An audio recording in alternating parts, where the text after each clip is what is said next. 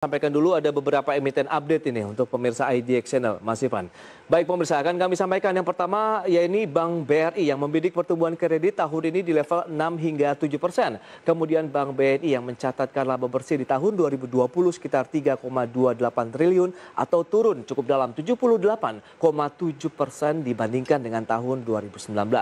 Kemudian ada Bank Mandiri yang membukukan laba bersih di tahun lalu sebesar 17,11%. Ini juga turun 37,71% secara tahunan dibandingkan dengan tahun 2019. Kemudian ada Bank Syariah Indonesia bukukan laba bersih sebesar 235,14% menjadi 248 miliar rupiah pada triwulan 4 tahun 2020. Dan selanjutnya PT Tower bersama Infrastructures ini berencana untuk melakukan penawaran umum berkelanjutan PUB sekitar 2,9 triliun rupiah dengan tingkat bunga 5,5 hingga 6,75%. Ya, kita akan cermati bagaimana kinerja Bank Rakyat Indonesia atau BBRI. Pada Jumat pekan lalu minus 6,49% di level 4.180. Kinerja dalam 6 bulan terakhir masih positif 33,5%. Kemudian PBV-nya 2,68 kali, market cap mencapai 515,6 triliun rupiah. Ya Mas Ivan, kita akan bahas beberapa emiten update ini, tapi di segmen berikutnya ya, kita akan jeda dulu sebentar. Ya, pemirsa jangan beranjak dari tempat Anda, kami masih akan kembali sesaat lagi.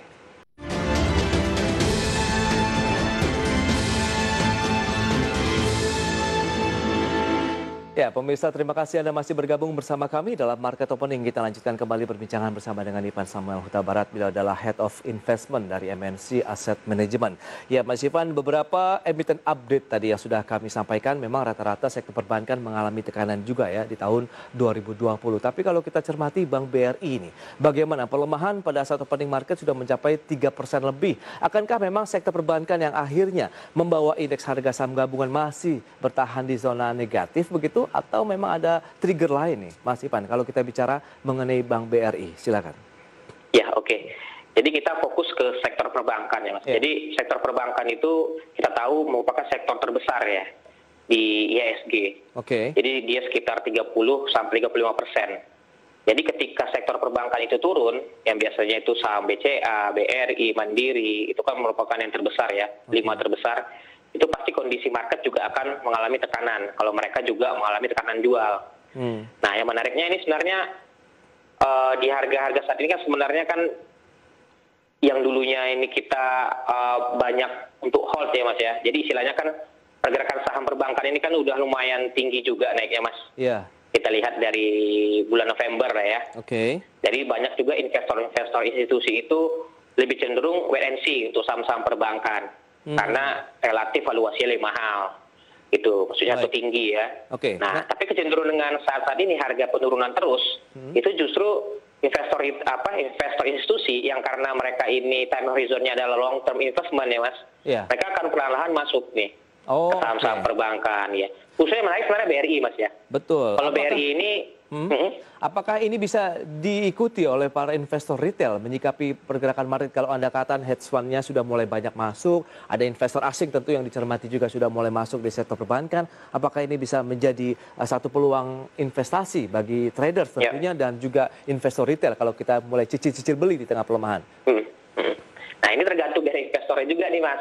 Oke. Kalau investor retailnya ini adalah berpandangan jangka panjang atau investor tipenya, bukan trader, mereka pasti akan mulai beralih atau masuk ke saham-saham yang memiliki kinerja bagus dan valuasinya sudah cenderung murah. Gitu kan seperti kita tahu di sini kan banyak contohnya yang Lo Keng Hong ya kan. Jadi mereka tipe-tipenya adalah investor jangka panjang. Jadi market turun juga nggak peduli, mereka tetap melakukan pembelian. Gitu. Nah, tapi kalau tipenya trader, memang kondisi saat ini juga menarik juga Mas ya. Kenapa? Karena pergerakannya itu atau fluktuasi harganya itu cenderung tinggi atau besar. Jadi mereka bisa menghasilkan 1% sampai 5% lah saya bilang dari perubahan harga kalau mereka bisa mengambil dari posisinya jual dan beli itu tersebut ya Mas. Oke, Gitu sih. Itu dia. Berarti tetap masih ada peluang ya, apapun kondisi yang terjadi di market saat ini ya, bagi investor untuk jangka pendek maupun jangka panjang begitu. Tapi kalau kita lihat untuk BRI sendiri masih ada peluang entry level di berapa nih? Mungkin ada rekomendasi the best entry yang bisa Anda berikan atau sebenarnya menunggu pelemahan lebih jauh lagi? Ya, jadi sebenarnya BRI ini menariknya Mas ya. Iya. Yang kemarin itu adalah Kementerian BUMN atau Pak Erick Thohir itu akan menggabungkan nih dari 3 institusi pemerintah yang besar lah kita bilang, Pegadaian, juga PMN dan BRI.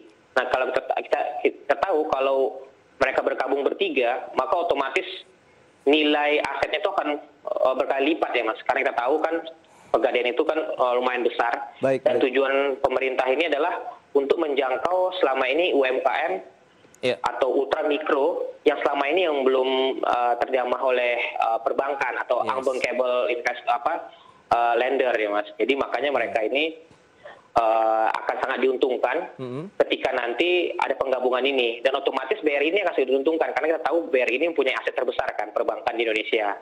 Nah mereka akan bisa masuk ke sektor-sektor yang lebih kecil lagi, yang ke mikro, gitu ya, ultra mikro, untuk menyalurkan pendanaannya. Gitu sih Mas. Berarti sektor perbankan masih bisa dicermati oleh para investor maupun traders dalam menyikapi perdagangan hari ini, baik untuk jangka pendek maupun jangka panjang. Mas Ipan, ini mohon maaf waktu terbatas. Terima kasih banyak atas waktu yang diberikan dan juga analisisnya. Semoga bermanfaat tentunya bagi investor maupun traders dalam menyikapi perdagangan di awal pekan ini. Sukses untuk Anda dan stay healthy Mas. Amin. Ya, pemirsa, demikian perbincangan kami bersama dengan Ivan Samuel Huta Barat. Beliau adalah Head of Investment dari MNC Asset Management. Kami masih akan kembali dengan sejumlah informasi menarik lainnya.